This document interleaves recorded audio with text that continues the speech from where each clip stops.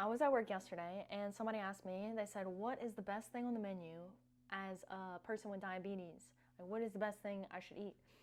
I was like, whoa, what a question. I don't think I had the best answer, but I was like, look, we have so many protein options. I think the most important thing is to understand that food is only one aspect of the diet. Food is only one aspect of light that you are intaking. So you have so many options right here. You could put your protein in front of all the carbohydrates that you're trying to eat. What before you come to the restaurant, before you're going to eat, you can have some apple cider vinegar, which has been shown to reduce a blood sugar spike.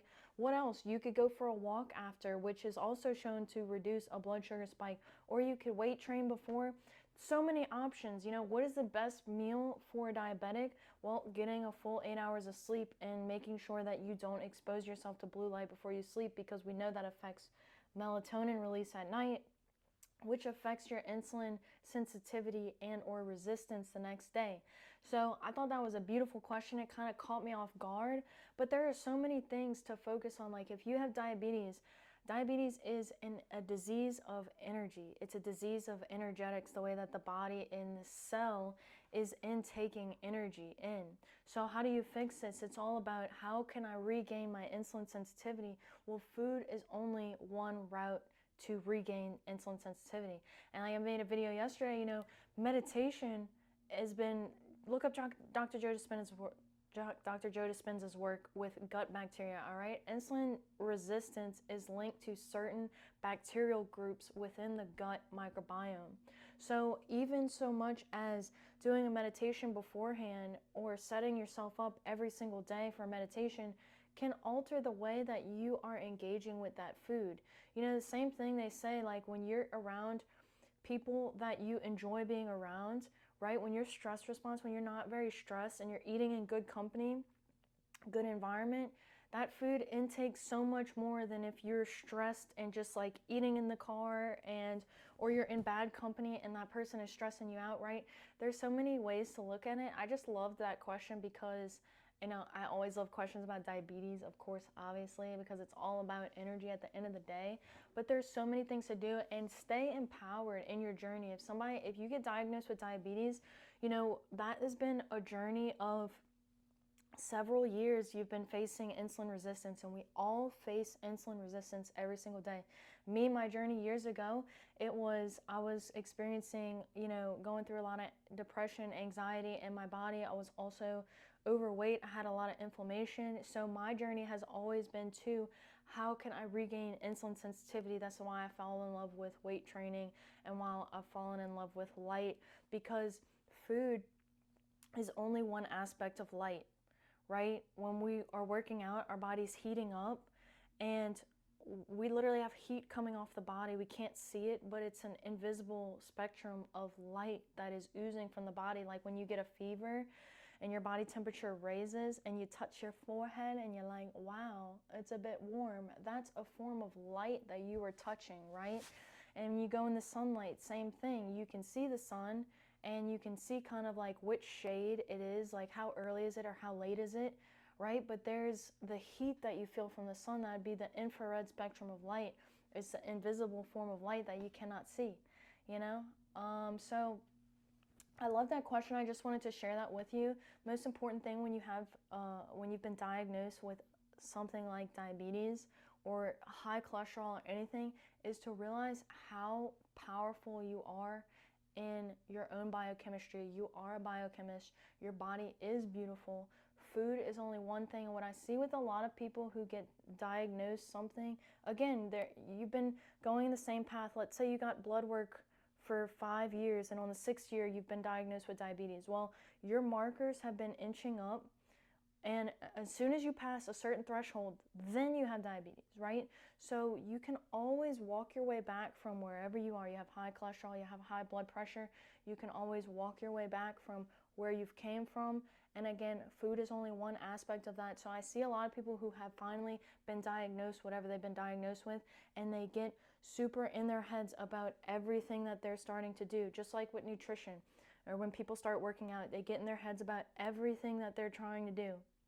Oh, I have to do 15 reps of this, otherwise I'm unsuccessful.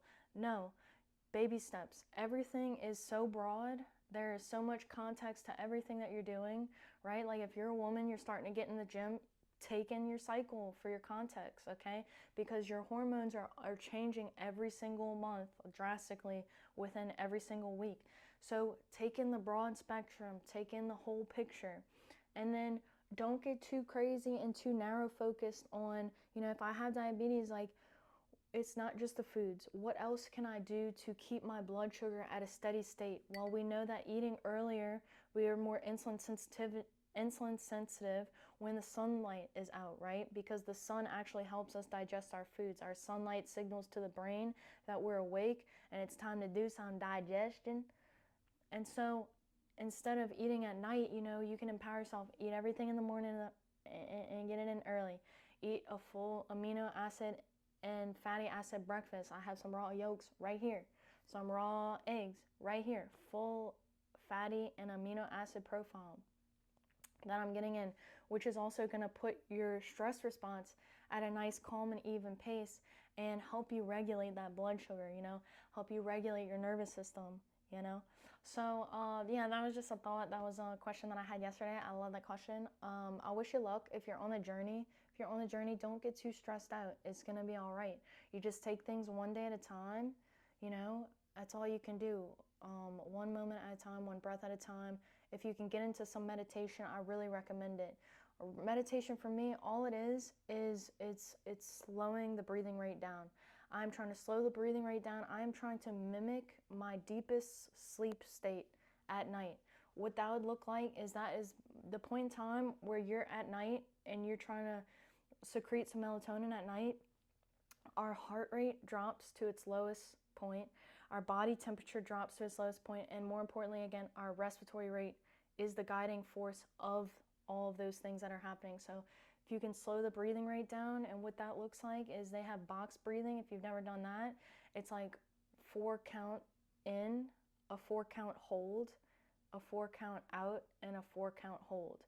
So you're just slowing the breathing rate down. I'll recommend the book Breath by James Nestor.